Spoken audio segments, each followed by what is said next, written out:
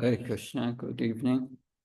This evening I will present the first section of a seminar, the Attaining the Bliss of Chanting.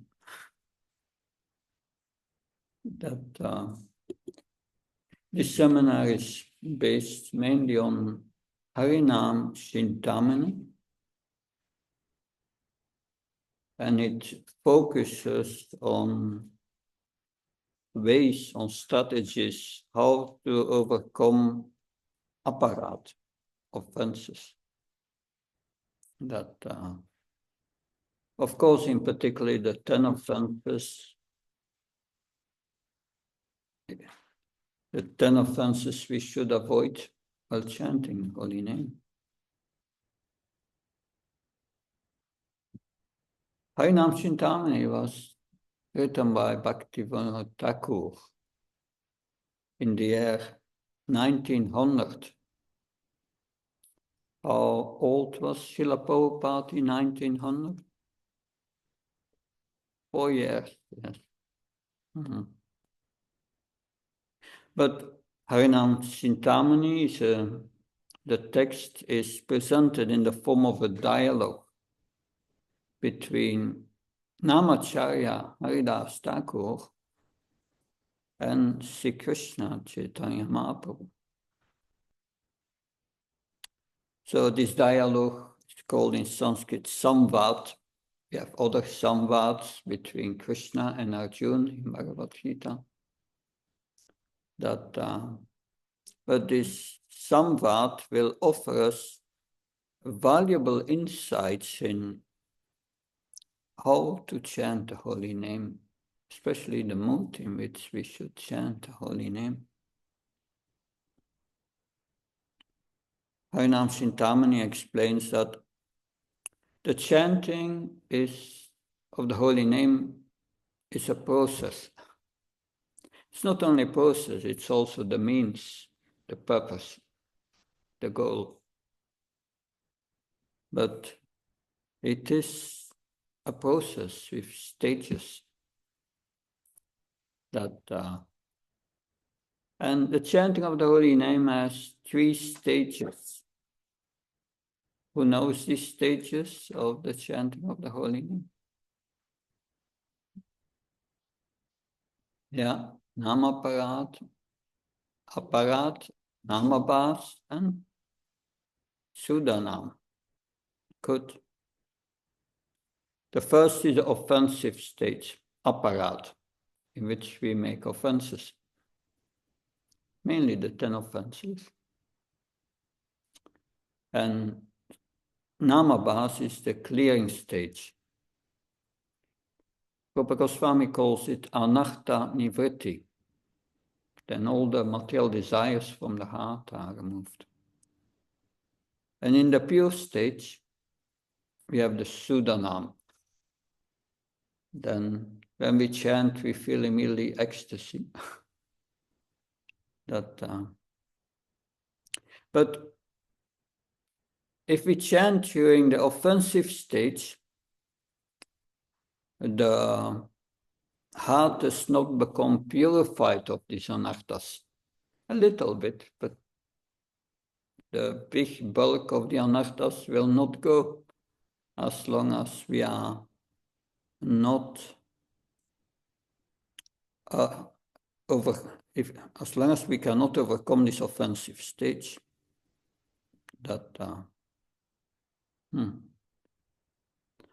Of course, the holy name is Krishna. Krishna has unlimited powers. The holy name has unlimited powers. But this spiritual power will not manifest to one who chants with apparat. If one overcomes this offensive stage by avoiding the 10 offenses and chanting attentively, then the power of the holy name will partially manifest. That's called namabhas, partially. It's like mostly in Europe, especially this time, you don't see the sun during the day. It's daylight. You don't see the full sun.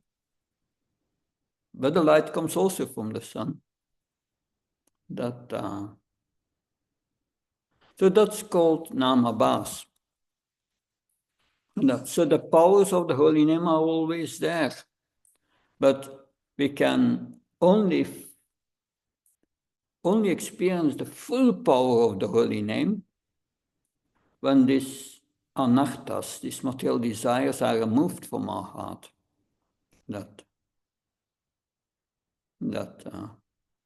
So if we can give up this offensive mentality while chanting, then we have a transition from the night of darkness apparat to the dawn, or when the light comes up, or a cloudy daylight. So at that point, the full sun of the holy name is not yet visible. But the powers of the holy name gradually become manifest. So in the daylight, everything is seen clearly. And similarly, in the stage of namabhas, we start to see things as they truly are. We realize we are not this body. So yes, the process of attaining liberation from these material desires factually takes some time, usually takes some time. It begins when one starts to chant the holy name without offenses.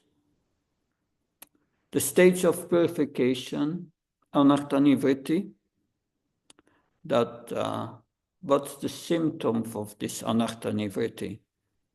All these material cravings, these material desires are removed from the heart. So that's called clearing stage or namabhas. And that will lead to purity in heart. And elevate us to the full power of the sun. The Sudanam.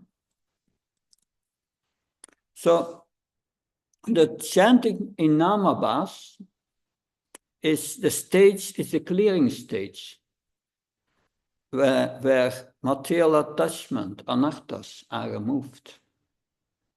That's how can you know you are in the clearing stage? What are the symptoms? What happens when? How can we know? Yeah. That's the first stage, yeah. Before, usually, that we become aware that's not such an ecstatic experience. So when the heart becomes purified, what is the symptom? You get taste. You become more happy. You become more enthusiastic. That's the symptom. Taste. So the chanting in namabhas removes all this material attachment. So what's the result of chanting in namabhas?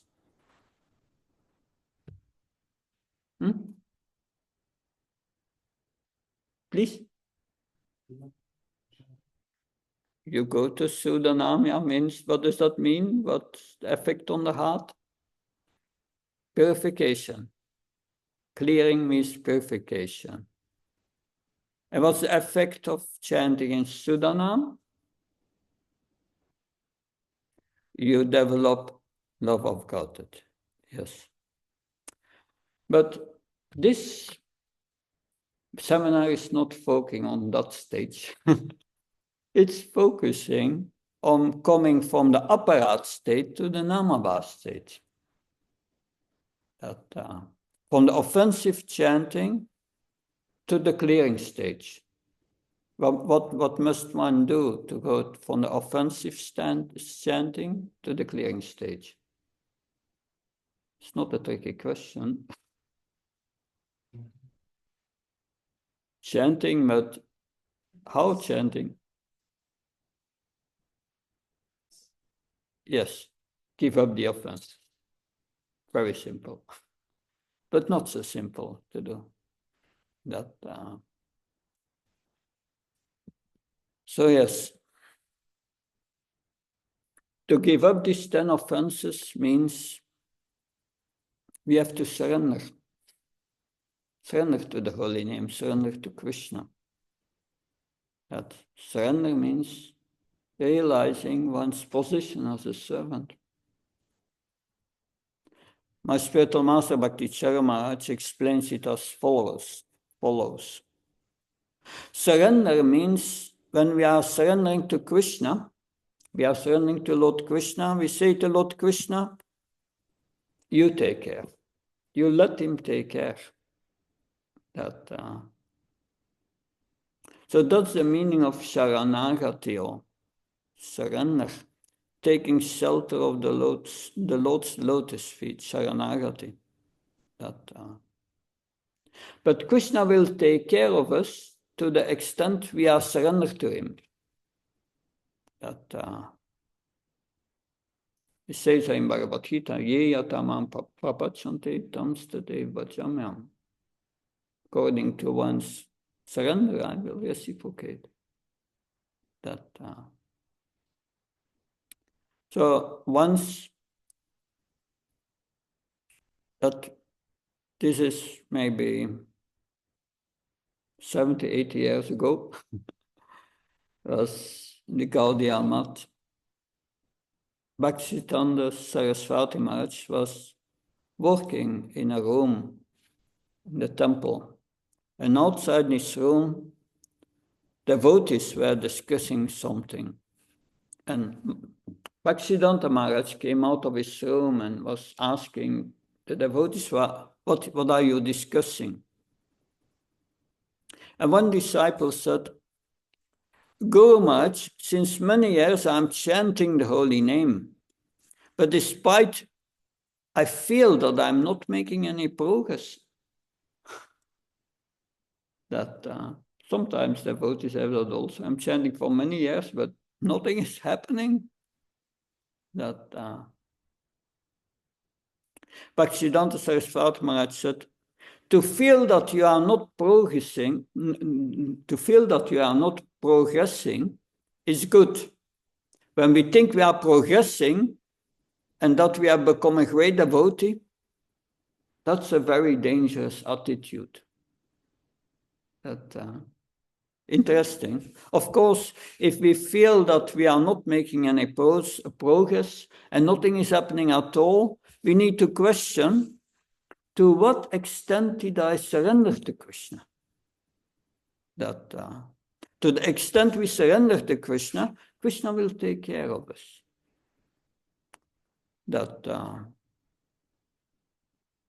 Sometimes Maya is attacking us. When Maya is attacking us, what does it mean? We are lacking in our devotional service, factually, when Maya attacks us, that's our fault, because we didn't submit enough to Krishna. We are not fully surrendered, and therefore the Lord's illusory energy is bewildering us. But when we are fully surrendered to Krishna, then Maya also comes to test us. Maya comes to test our devotion. And the devotee, by the mercy of the Lord, always passes those tests. When Maya comes, then Krishna is testing us. Maya is testing us how serious we have become in our devotion.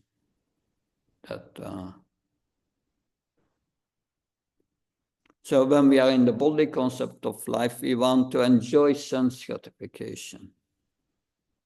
But when one comes to the intellectual platform, the Jnana Kanda of the section of the Vedas, we want liberation, mukti. Srila Prabhupada, this was a discussion between Srila Prabhupada. Srila Prabhupada explained that to Bhakti Charamaj. He told us that must have been August or September 1977, I don't know.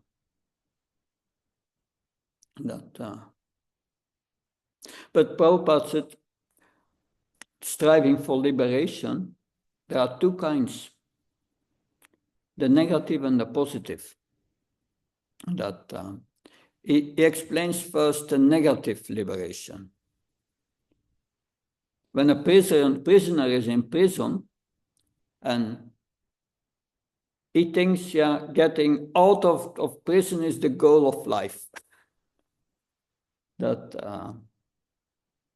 And he tries to escape from the prison. He may be digging a tunnel to get out, or he may trying to scale over the wall, and then he may be out of prison. But is he free? No. What will happen? Hiding. Yeah, the police may go after him. So that's the negative liberation, Prabhupada says. But then there is a positive liberation. And that's the real way to get out of the prison.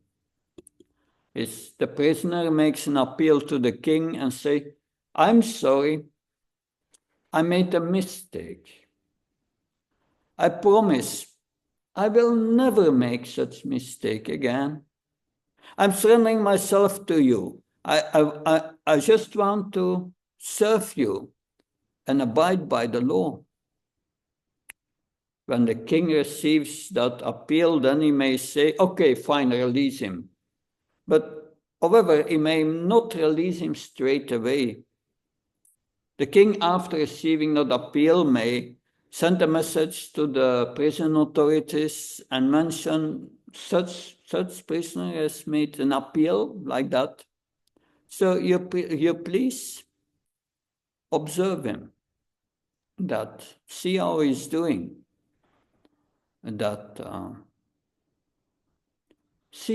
observe how he's behaving.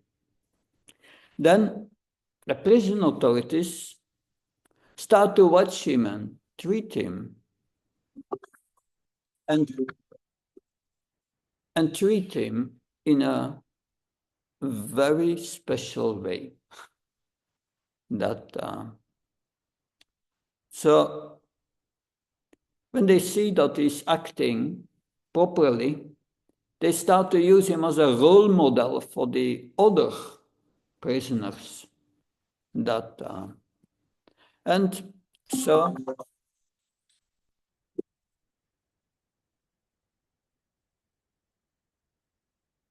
may happen a few more times. It's my son who tries to call me. Anyway, not possible now. So yes, then the king say, well, the prison authorities, they use him as a role model for the other prisoners to show, yes, you behave like this prisoner and you will get the same facilities. Then the prison authorities start to watch him and they treat him in a very special way. And after some time, they report to the king that that he's acting properly, is a role model for the others. And so the king receives a report that he's acting so nicely. So then the king feels, yes, I need a good servant. And the king says, send him to my palace. So that's the positive liberation. He goes from the prison to the palace of the king. And when he's in prison, he's not treated like a prisoner. He's treated in a unique way, because he is subject to the state laws and the authorities. That he surrendered to the law and the authorities. So, in that way, the ultimate goal of life is to surrender to Krishna. It's like a child. A child does not know what is for his benefit, but the parents know. As such, everything what is happening is for my benefit. Krishna knows what is for my benefit. I may not know.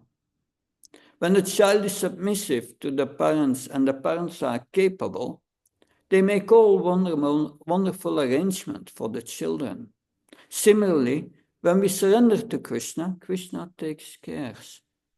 A devotee, therefore, does not become jubilant in happiness or distressed in difficulty. That's of course confirmed by Bhagavad Gita.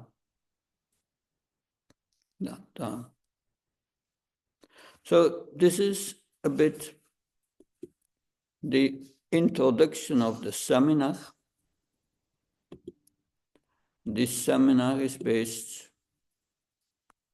on a book that I'm writing, and this book has 11 chapters. And it's material for 22 sessions. We have only 2 sessions. So I will speak today on the first chapter. And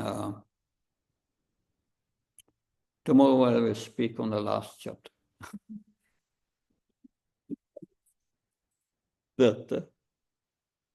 What's between is also important, but we don't have so much time.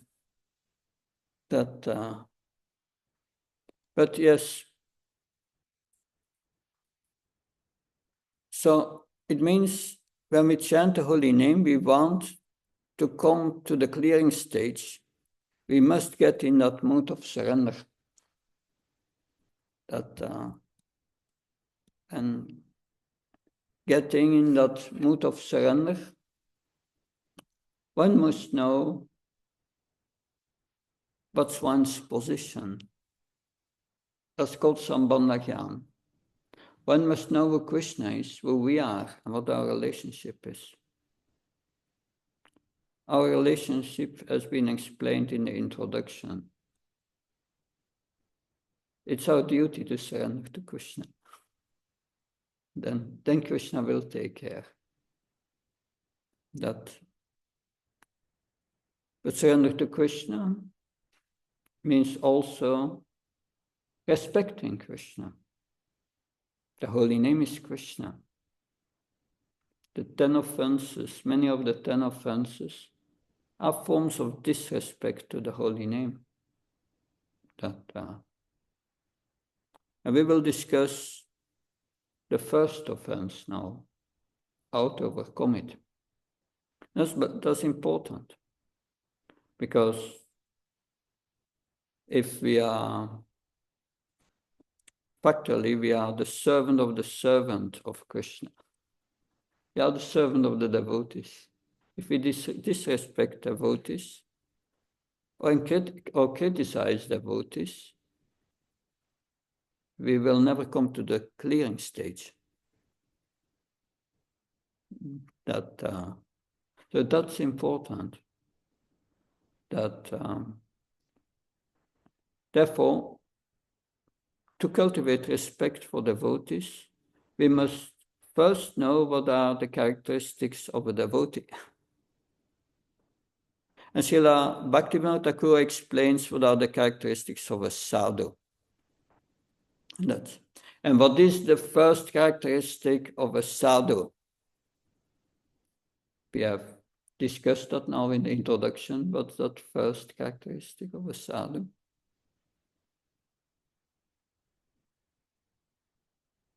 Yeah,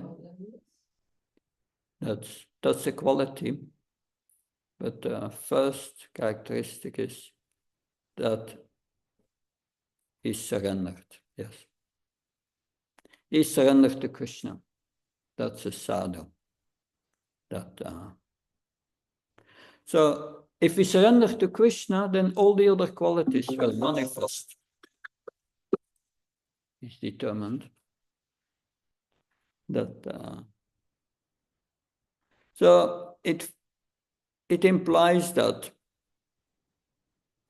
if we fully surrender to Krishna and we chant his names with great devotion, one will develop all the qualities of a pure devotee. Internally, such a sadhu's mind is always fixed on Krishna, internally. What is our greatest example in these modern times of an exemplary sadhu? Srila Prabhupada. When a reporter asked Srila Prabhupada, what was the earliest time that he remembered becoming Krishna conscious? So the reporter asked, what's the earliest time when you remember that you were Krishna conscious?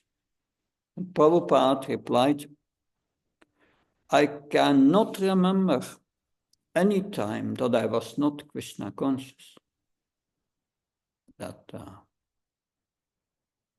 also this special position is confirmed in the purport from verse 42 of the 6th chapter of the Bhagavad Gita. In the purport, Srila Prabhupada, because this verse is about the destination of the long-term yogi. And Prabhupada writes, fortunately, both our spiritual master, Om Vishnupad Srimad Bhaktisiddhanta Saraswati Goswami Maharaj, and our humble self had the opportunity to take birth in such families of transcendentalists in great wisdom. By the grace of the Lord, and both of us were trained in devotional service to the Lord from the very beginning of our lives. Later on, when we met by the order of the transcendental system.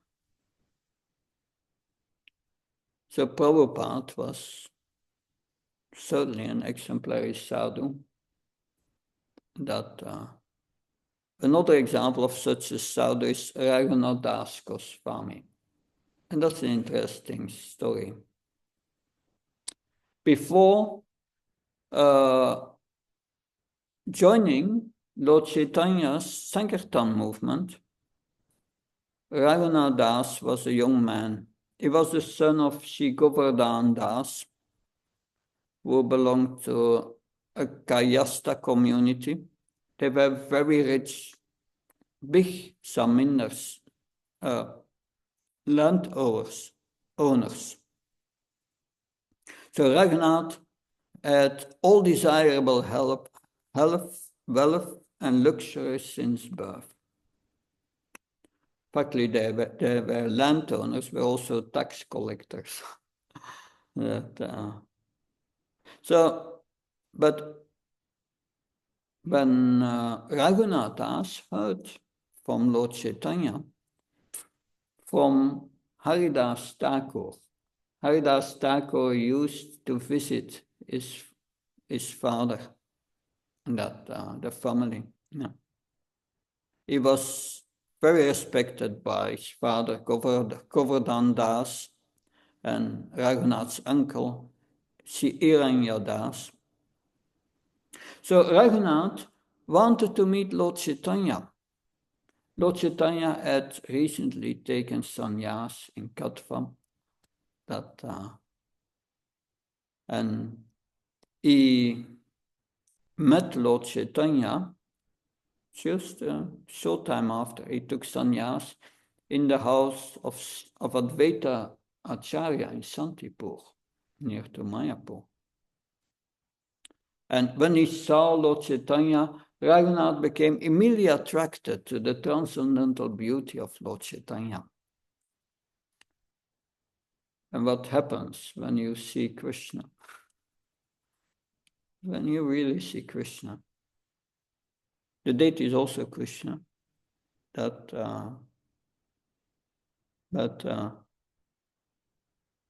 we see Krishna when our eyes are adorned with love of God. Then you see really Radha, Shishi Radha, Mohan, yeah.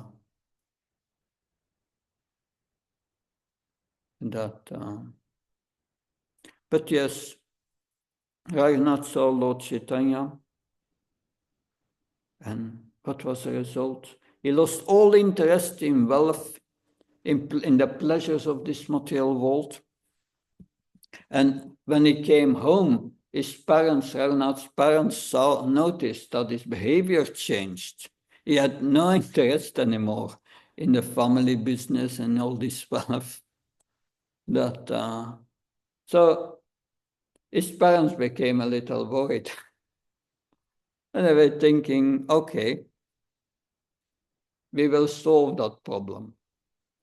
We will arrange a marriage with Raghunath, with a very beautiful young lady, and they hope that will tie him into family life, and he will forget about Lord Chaitanya. However, their plan failed. They married him, but he had no interest in their life. And they surrounded him with guards to prevent him from leaving. Raghunath's disinterest in family life was a little like that of the gopis. The gopis lost all their interest and attachment in their husbands. And then their mothers-in-law became worried. And they went to Madhumangal. Madhumangal is Lord Krishna's Brahmin friend.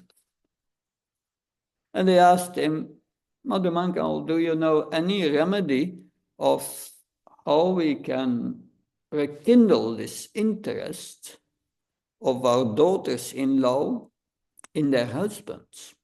Can you do something about it? Of course, Madhumangal knew that the gopis were eager to meet Krishna in the forest, but their mothers-in-law prevented them from leaving the house. So he cleverly suggested, you send your daughters-in-law to the forest. You send them to the forest to collect flowers and herbs for performing Surya Puja, puja for the sun god. But this puja is to be performed by a first-class Brahmin boy in the forest. If you want to read the details about that, you can read it in Ananda Vrindavan Champu from Kavi Karnapura. That's very beautiful. Of course, the gopis were sent out to the forest to collect flowers and herbs, and together with the puja plate, with all the paraphernalia for puja, and also Jatila was there. Jatila is Radharani's mother-in-law, and she went also to the forest to oversee the puja. Then, when the time of the puja was there, a beautiful Brahmin boy appeared. Of course, this Brahmin boy was none other than Krishna, but he was disguised. And Krishna performed the puja, and the gopis experienced divine bliss. Of course, then the gopis came back, but it didn't help for their attachment for their husband. Still, they were not interested. And a similar thing happened to Raghunath Goswami. A few months later, Lord Chaitanya was on his way from Jagannath Puri to Vrindavan, and he passed through Panihati. It's nice if you ever go to Calcutta, on your way to Mayapur, you have Panihati. It's nice to visit this temple there. But it was at that place that Lord Chaitanya came. And that's not far from Saptagram. Saptagram is the village where Raghunath lived. So Raghunath was still guarded by these guards. So he asked his parents permission, can I go to see Lord Chaitanya? So he went to see Lord Chaitanya, and he expressed his desire to leave Chaitanya, to leave household life and join the Sankirtan movement. However, Lord Chaitanya advised, you better remain in household life. You remain in household life and simultaneously internally focus on Krishna.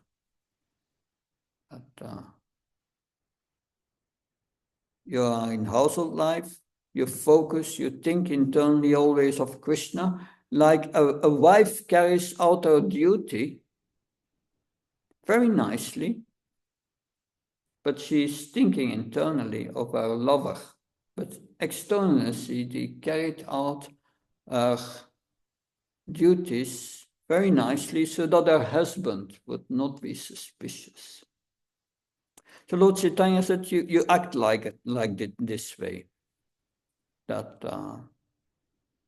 And he instructed them also, you avoid material conversations, you eat simple food, wear modest clothing, and you chant the holy names, and you respect others. You don't seek personal respect, honor.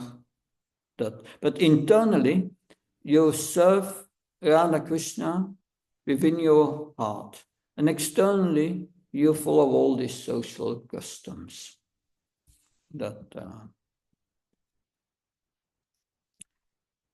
I've found it interesting that as sannyasi, I travel a lot, and a lot of devotees come to me with their problems.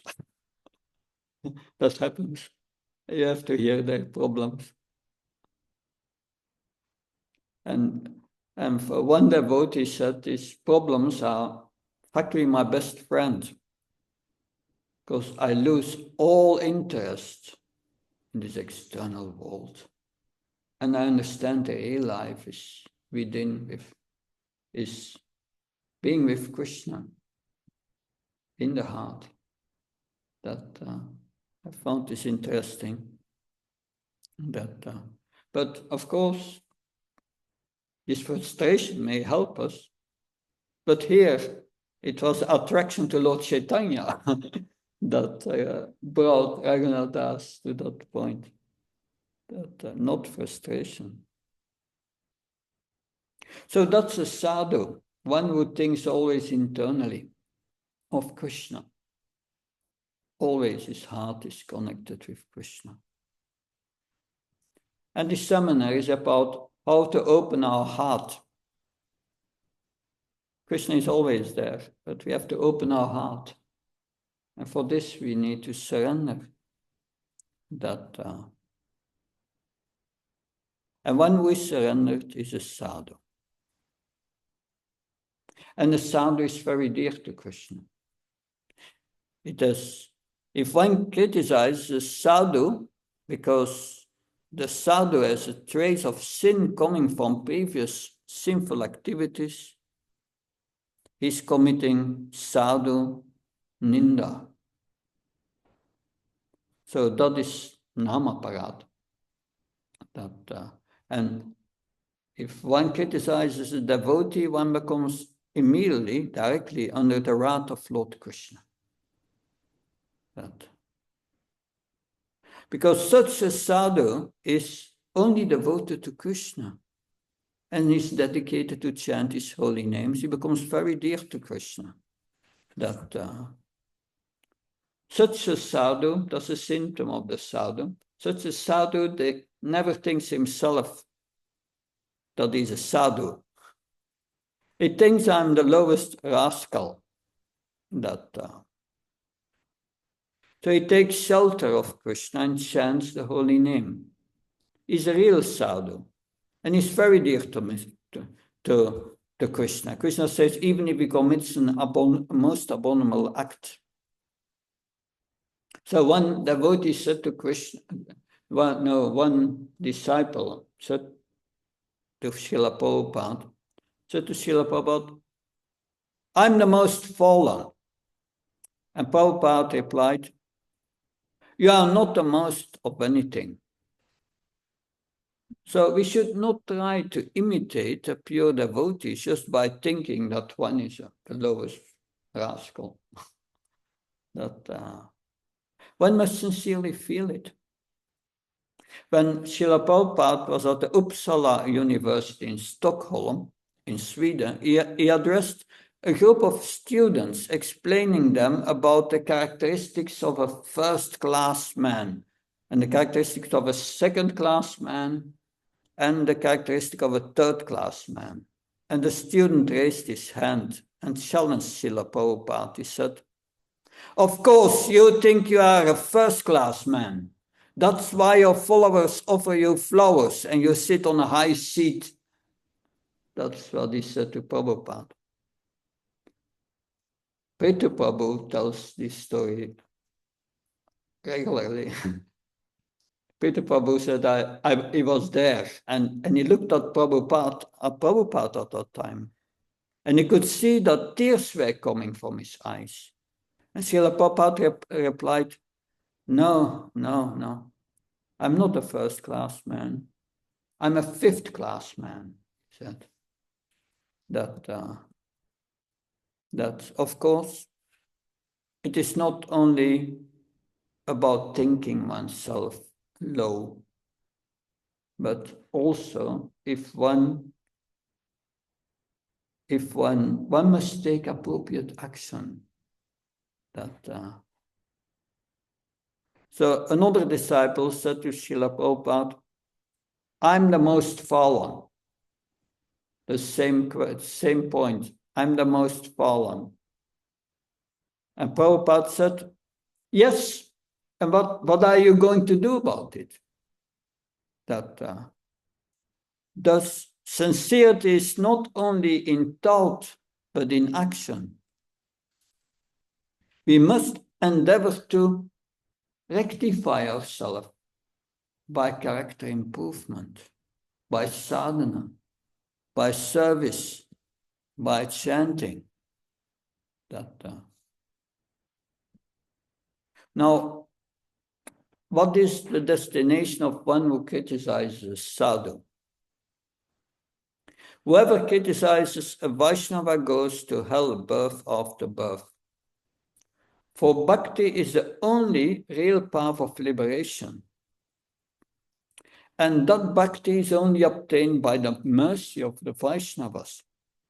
Because the pure Vaishnava resides,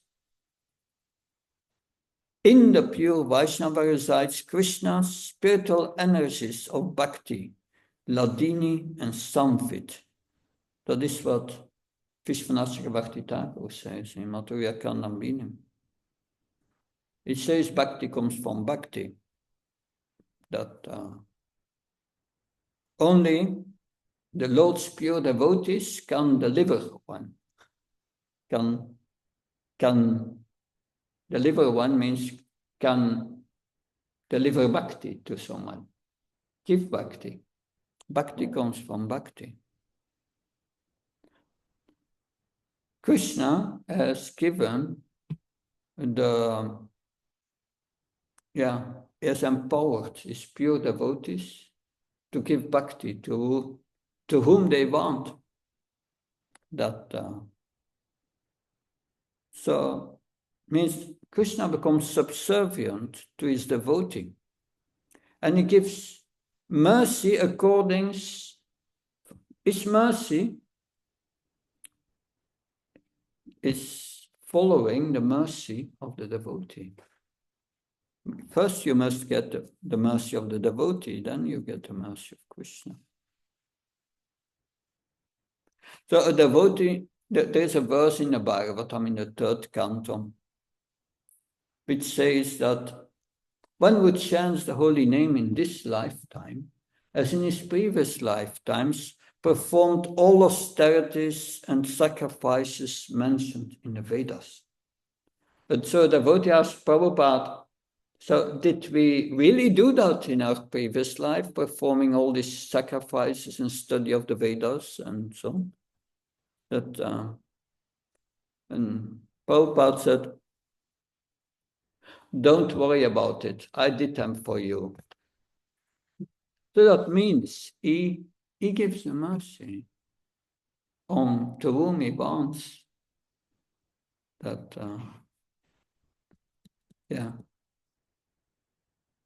it's also in Harinam Chintamani, such pure Vaishnavas, that there are 3 powerful articles creating bhakti that one can get from these pure Vaishnavas. That is their food remnants, then the water that has washed their feet, and the dust that has touched their feet. So I remember early 1990s, I was already in the movement at that time. And I remember that devotees from Russia went for the first time to India, were allowed to leave the Russian Federation or whatever, and come to India for the first time. And they came with a full airplane, all devotees from Russia. And that airplane landed in Calcutta. The Calcutta airport at that time, even in the 90s, was not a big thing in Calcutta. I remember in the 90s. Now it's a very nice airport. It was more a big post office. But anyway, the airplanes were landing. Were landed, and they went to the customs and the border. And outside, Jayapataka Maharaj, with all the devotees of Mayapur, they were having a big kirtan outside. And when the devotees came out, they one by one they were garlanded and put on the bus. And then they drove to Mayapur. But the devotees in Mayapur, they found out these Russian devotees are extremely humble and surrendered. And so some of them made a plan to obtain these 3 articles from the devotees. So the remnants, the food, water, and the food dust. One of them was Bhakti Bringa Govinda Maharaj, because he told the story. I remember that. Anyway, organized. They invited all these Russian devotees for a gorgeous, delicious prasadam feast, served in a big house outside the Mayapur campus. The Mayapur campus was not a big thing at the beginning of the 90s. There was the park and there was the Chakra building, and the Gada building was in construction or something. Anyway, there was not so much at that time, but they had a house just about outside the campus, and they put around the house a lot of sand. And when the devotees arrived, so they had first to walk to the sand. And at the entrance, they washed their feet. And then when the prasadam was served, they served 5 times more than they could eat on their plate. And then after the feast, they had all these food remnants, the dust, the water that touched their feet. So they attained their goal, getting these 3 items, creating a bhakti. But the devotee is very dear to Krishna. The pure devotee is very dear to Krishna. That's revealed by Durvasa Muni.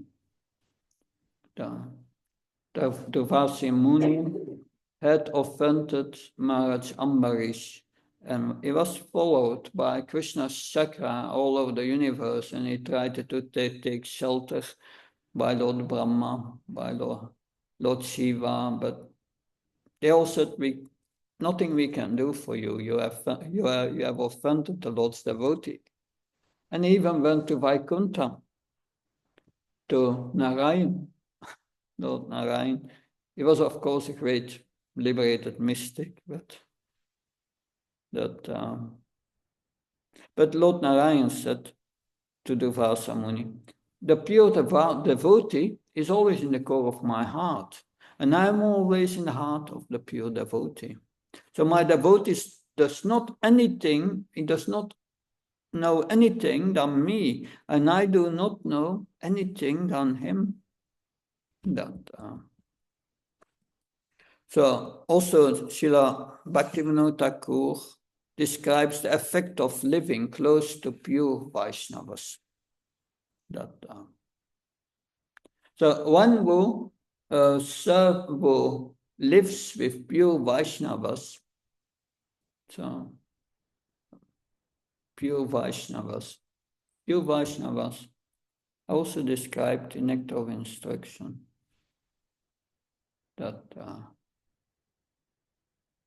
That's text 8. Text 8, yeah. No, text 5. 5, text 5, Nectar of Instruction, Upadesamrita, describes 3 levels of devotees. So one who chants even once a Hare Krishna, one should respect that devotee in the mind. And one who is an initiated devotee, who follows all rules and regulations, one should offer obeisances, respect. And then a pure devotee is described. And then one should serve that pure devotee who is completely devoid of criticizing others. That's a pure devotee. He never criticizes others. If someone will criticize a devotee, that's further in Madhurya Kanambini. When we criticize a devotee, it's not situated in bhakti. Means he is not in this clearing stage. In clearing stage, you become purified. You start to develop attraction for Krishna.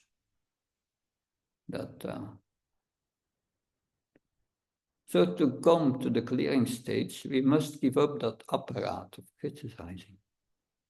If you criticize, you are in apparat. You are not yet in the clearing stage. Because Srila Haridas Thakur says that one who chants Namabhas is in the clearing stage. One who chants Namabhas is called a Kanishta Adhikar, a beginner. So when one overcomes the apparat, then one becomes a Kanishta. Then that's clear. One becomes a Kanishta. Kanishta is quite a high stage. Then the heart becomes purified. It's not, you can chant 5, 10 years, 15 years, 20 years with apparat, but you are still not a Kanishta. Not a Kanishta. That is, of course, there are different definitions of Kanishta, but that is the definition of Haridas Thakur. That's having. We are not yet a beginner, Kanishta, or a beginner. That, but Srila Bhaktivinoda Thakur says if we live close to pure Vaishnavas, then soon devotion will appear in our heart. And such a person will start chanting and manifest all good qualities. So we have seen that Prabhupada turning hippies into happies, that hippies into pure Vaishnavas, the drug-addicted hippies turning into pure Vaishnavas.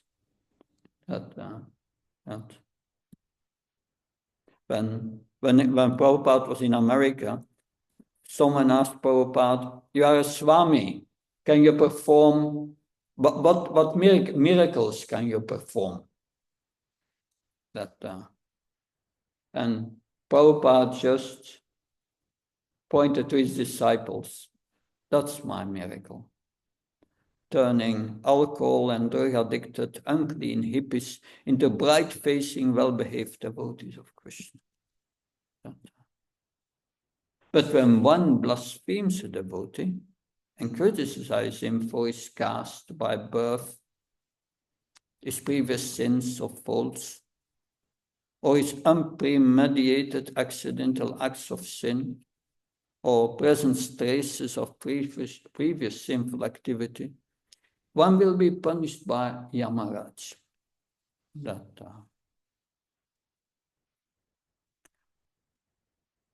So blasphemy can take different forms, and how to deal with it may differ according to circumstances. This seminar is not how to deal with that. This seminar is of how to avoid that.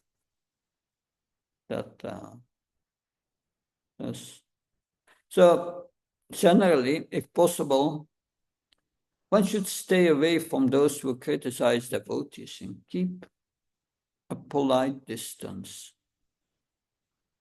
At the same time, it's a duty of a devotee to defend the devotee when blasphemed by arguments. But if one is unable to do it, just leave. Srila Prabhupada, he was unhappy when his Western disciples were not allowed to enter the temple of Jagannath Puri. And the Pandits there criticized the Western disciples, and they did not allow him to enter the temple of Jagannath Puri, even today. So once Srila Prabhupada was in Jagannath Puri, and some of these Pandits of the Jagannath temple came to see him, and they started to shout with great anger. They shouted at Srila Prabhupada, criticizing him for ruining Hinduism by giving Brahminical initiation to unclean Westerners. And their shouting and their anger became very intense. But Prabhupada did not say anything. He remained peaceful. He tolerated. And after some time they stopped. They realized that their angry attitude was not at all Brahminical. And they, just by Prabhupada not saying anything, they were defeated. They left. They were defeated by Srila Prabhupada's tolerance and silence. Of course, sometimes it is said, yeah, one must be truthful. But it's a misconception that in the name of truthfulness, we can criticize devotees. You have to be careful with that. Although it may be true, but it may still be undue, inappropriate criticism. That's stated in Bhagavad Gita. Austerity of speech consists of speaking words that are truthful, pleasing and beneficial, and not agitating others. A lot of conditions there. A lot of conditions. That. When Vidura, after the Battle of Kurukshetra was over, he came to visit the Pandavas. And he knew that Krishna had already left the planet.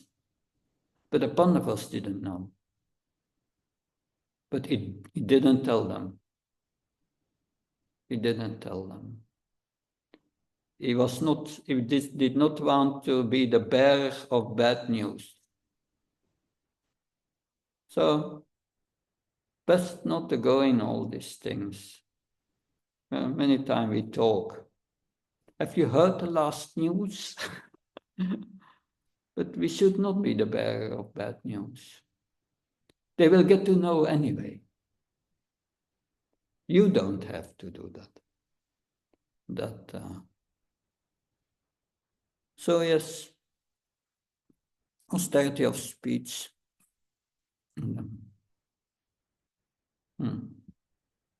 So, of course, positive criticism is to help those who are under our care and who are surrendered to us, who want to be instructed by us.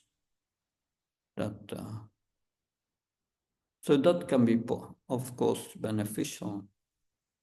But it requires that one is in the position to do it.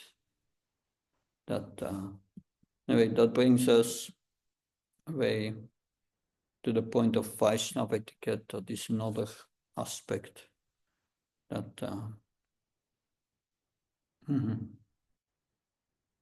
So once one of the American devotees in Vrindavan told Srila Prabhupada that a certain priest of an established temple in Vrindavan told him that he is very fortunate to have joined ISKCON, and by that in his next life he may take birth in a Brahmin family in India.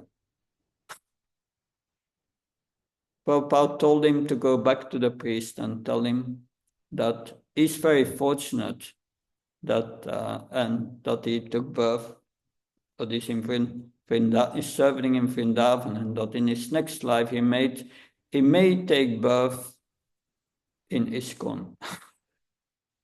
Anyway, criticism has many levels.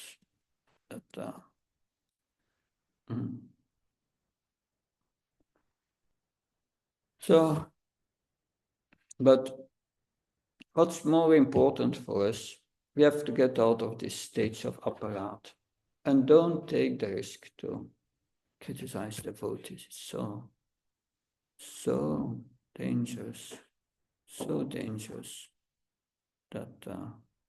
because one who criticizes a sadhu, Krishna says, well, this is it from Harinam Chintamani. One who criticizes a sadhu is not situated in bhakti, is situated in apparat. So we can see whether the person is chanting in apparat or not. He commits these offenses. He's in apparat. So we have to be careful, because that seed of sadhu and ninda, that seed of blaspheming devotees, is formed when one associates with non-devotees. And such undesirable association that will lead to this disrespecting devotees, and finally to this sadhu ninda, blaspheming devotees. That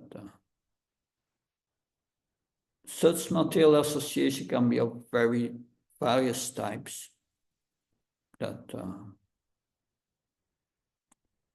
anyway, this is further described, that you have a lot of advice further. But are there any questions? Comments? Yes. Thank you very much. You said if one criticizes the devotee, one is not in the clearing stage. Yeah. Can it maybe be that I can be also in a mixed stage of Namaparat and Namabhat, really criticize devotees? It's, the yeah. mind has still critical thoughts, and I'm not speaking, yeah. I'm not criticize practically, but I have to keep my mind to don't have such thoughts. Yeah. It's not black and white. It's a gradual process. That as you give up the apparat, the clearing stage comes in. If you have 80% apparat stage, you have 20% clearing going on. So it's not black and white. But the full clearing will not happen if we don't overcome these very heavy offenses as blaspheming devotees. But it's not black and white. It's a process entering anartha nivritti. Even if you chant in apparat, it has some effect, but it's very, very, it's very little. Only a few anarthas may go. But yeah. Yes. What about thoughts in Kanda Yoga? It's a problem with thoughts. I heard one time, Kanda Yoga, it's thoughts not problem when you don't speak out. Yeah, that is in relation to karmic reactions. If one must commit the sinful activity to get a reaction, but your thoughts are showing your mentality. And if your thoughts are offensive, then you have an offensive mentality. And that blocks your progress in the chanting. It blocks your process, your progress in the chanting. You don't get karma for these bad thoughts, but it blocks your process. So we must come to the right inner attitude. And this is an attitude of surrender. That attitude is also explained like by Prabhupada as chanting like a baby cries for the mother. So we should cry out to Krishna, I'm a nonsense, help me, help me. And then Krishna will reciprocate. But if you chant in your mind, you criticize devotees, nothing will happen. Krishna will not give any mercy. Because that's apparat. Yeah. Does that help to understand that? Yeah. Right at the beginning, you said that good devotees or devotees that are quite advanced will feel that they make no progress. And I always have trouble with that because, for instance, when my gurus or any of our very old Swamis say, oh, I'm just a beginner, I'm not good enough. And then I always think, but okay, you're not good enough, what about me? So there's this first part of the question is,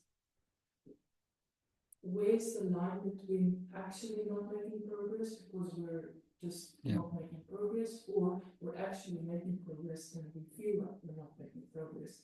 Is how do we not lose hope? Because I don't want to be proud, but I also don't want to lose hope and think, oh, I'm not making progress.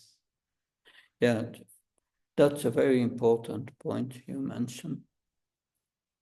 That requires knowledge.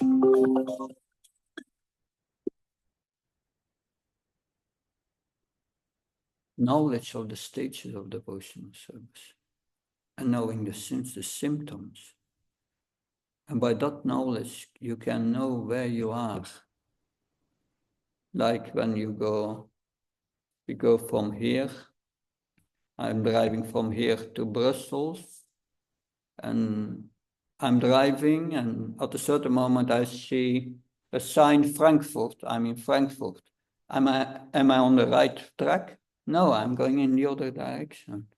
But if I drive from here and I come, Köln, okay, that's going in a good direction. Lüttich, Brussels. So by that you know where you are in the process. And Srila Rupa Goswami says there are 9 stages from Shraddha to Prema. So we can recognize that and it is Sadhu Sangha. First, you have Shraddha, faith, and then Sadhu Sangha, you associate with devotees, you get initiation, you learn from the devotees how to perform bhajana kriya, how to perform devotional service. And then you perform devotional service, and the point there is, if I chant 16 rounds every day, and I perform a good sadhana, am I in anartha nivritti? Will my heart become purified? So what we learn here is maybe that, but you must first avoid apparat. So bhajana kriya has 2 levels, anisthita and nisthita. Unsteady, with 6 symptoms that are described, and then anisthita, nisthita, steady devotional service. But that nisthita bhakti, steady devotional service, does not yet mean that your heart is purified. To go to anartha nivritti, you must give up this offensive mentality. That's many times a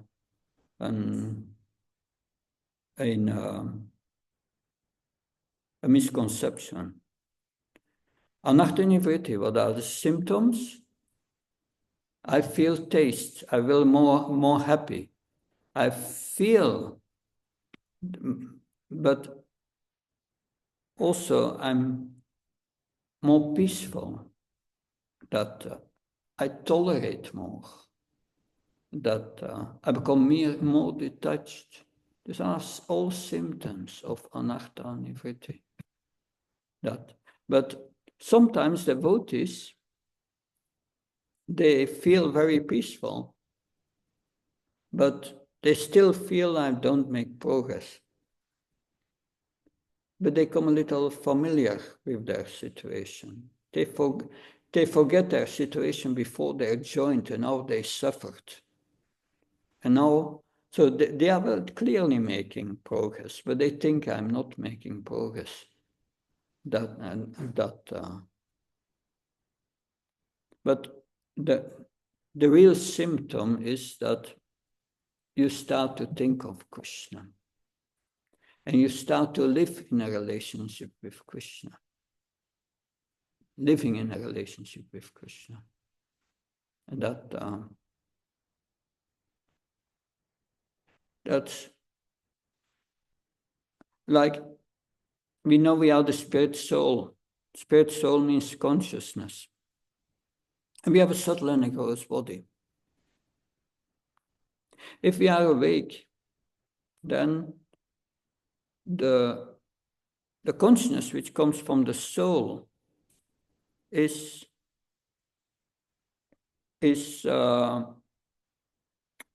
pervading this gross body and the subtle body. You're thinking, feeling, willing. When you go asleep, I'm telling a story here, but I will come to the point. When you go to sleep, when you sleep,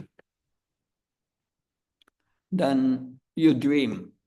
That means that the consciousness which comes from the soul is pervading still the subtle body, but is withdrawn mostly from the gross body. And the subtle body is active.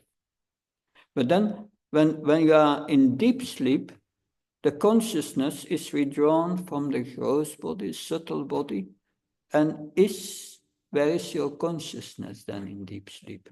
It's in the soul. We are still conscious of the soul, not of these external things. Now we go one step further. Within the soul, there is the super soul, Krishna. So it means if you become Krishna conscious, full Krishna conscious, even in this deep sleep, you will remember Krishna. That's the way to become 24 hours a day Krishna conscious. But then you are liberated. But if we chant and you start to begin making advancement, then you can more and more focus on Krishna in the heart. You feel Krishna every moment in your life. Every moment. And then Srila Prabhupada explains this process. And that process happens after Anartha Nivritti. But it starts already in Anartha Nivritti. I heard Kadambakana Maharaj saying, yes. He was speaking about the revealing of your Svarup, your relationship with Krishna. That feeling comes already at the end of Anartha Nivritti. You become attracted how to serve Krishna in a certain way. That's already there. Your identity may not be fully revealed, but you feel attracted. That's a point where Raganuga Bhakti comes in, but anyway, that's a thing. But we have to learn to live in a relationship with Krishna. And a devotee may feel, I'm not making advancement, but he's always speaking about Krishna. He cannot stop speaking about Krishna. So you understand his position, that it's a process explained by Srila Prabhupada, explains that in Nectar of Instruction, text 8. In text 8, Nectar of Instruction, Srila Prabhupada writes that, in the verse says, one should chant these nectarian holy names of the Supreme Lord 24 hours a day. And in the purport, Srila Prabhupada writes about the process. First, he speaks about 5 stages of smaranavastha, of remembering Krishna. In the beginning we chant, we don't remember Krishna many times. In the apparat, states, you can chant 16 rounds and not thinking of Krishna. You are busy with other things, with making your shopping list or whatever. but Krishna, yeah, and the mouth moves. But then when you come out, when you come in anartha nivritti, then sometimes you remember, sometimes not. So that's already something, that an indication.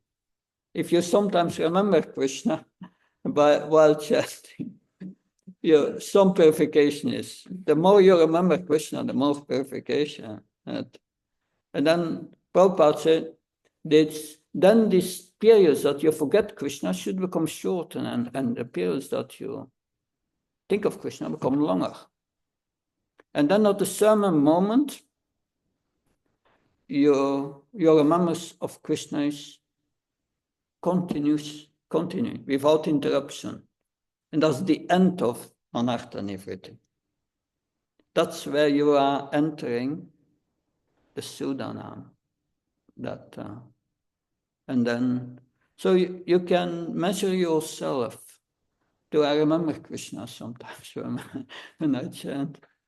That as long that you remember now and then Krishna, there is hope.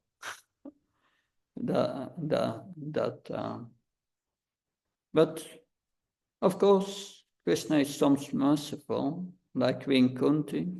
She prays for these difficulties. If all these difficulties make you detached from this world, little by little. But, Krishna was very merciful to me. I have zero attachment to my family, because I didn't see them for 35 years. Only my son calls me now and then, but I don't see him. But he's attached to me, but I'm not attached to him when he calls me. That Krishna took everything away. And now I don't have that problem anymore. But you must be ready for that. Otherwise, Krishna does not do that. That's explained in Bhagavatam 10:88:8. Arishi tattanam sanai. Yeah, when Krishna sees that his devotee is too much attached to something and he wants to let it go, but it's too weak, Krishna takes away what he's attached to. And then the devotee suffers. But let go this attachment forever. It goes forever. That's Krishna's mercy. And that helps you to go internal. So that's the point. At the end of this seminar, of this book that I'm writing, because it's all about improving our chanting, that we must make that whole in our consciousness and go to that whole to be with Krishna. And for this, we have to go internal in the chanting. So we must be responsible, learn to be responsible for our eternal affairs, for our eternal consciousness. That we have to learn. We are responsible many times outside for things, but during the chanting, we should be responsible for our eternal things and let all these external things go for the moment. They are not so important. It's this one life which is over very quickly. Does that help a bit too? Good, we are over time. Thank you. Then tomorrow I will speak on chapter 11, the last chapter. And I will speak on something very important, that it's not related directly to the apparat. So even if we can let this apparat go, there are also other aspects to go internal, which blocks our advancement. And that is that we have to learn to forgive. And we will discuss that tomorrow. Hare Krishna. Thank you very much. Jai Prabhupada. Awesome. Yeah.